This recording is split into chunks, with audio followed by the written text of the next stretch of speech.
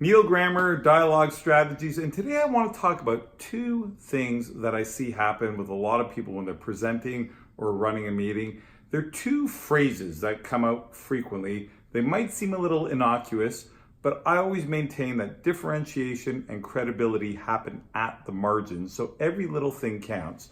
So here are the two phrases I want to bring to your attention and try and get you to feel comfortable about eliminating them. The first one, thank you. Now you might wonder, what's wrong with thank you?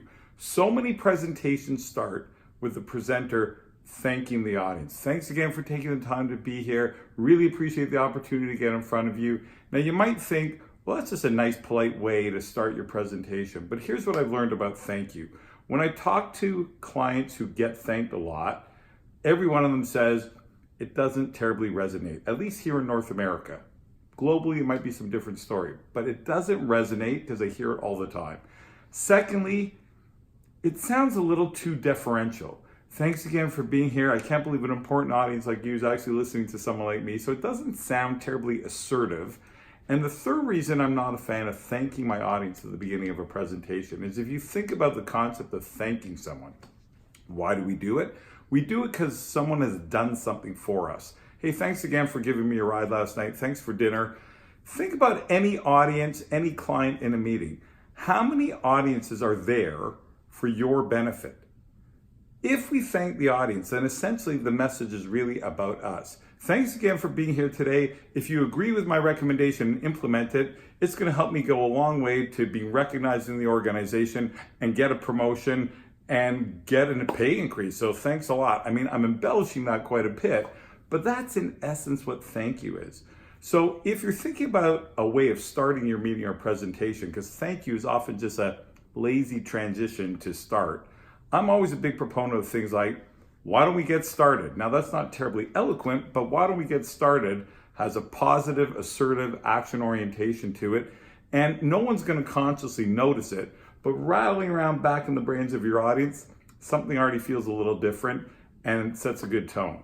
The second phrase is one we've all heard somebody say when they've got asked a question where they may not totally know the answer to. And that phrase is, that's a good question.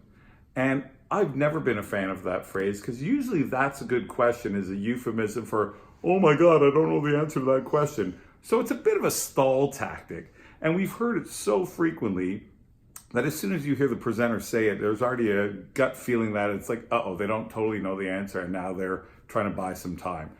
The other problem I have with telling someone that that's a great question is this. We usually only use that expression when we aren't totally sure of the answer, because 5 minutes later in our meeting, somebody asks us a question and we do know the answer to that question. And what do? We answer it.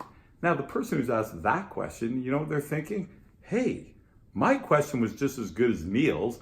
And if their boss is in the room at the same time, it's like, my boss heard the presenter say Neil's question was good and he didn't say good question to me.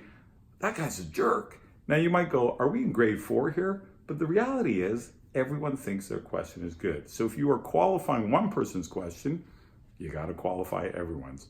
So thanks again for being here. That's a good question. Two phrases we've heard time and again.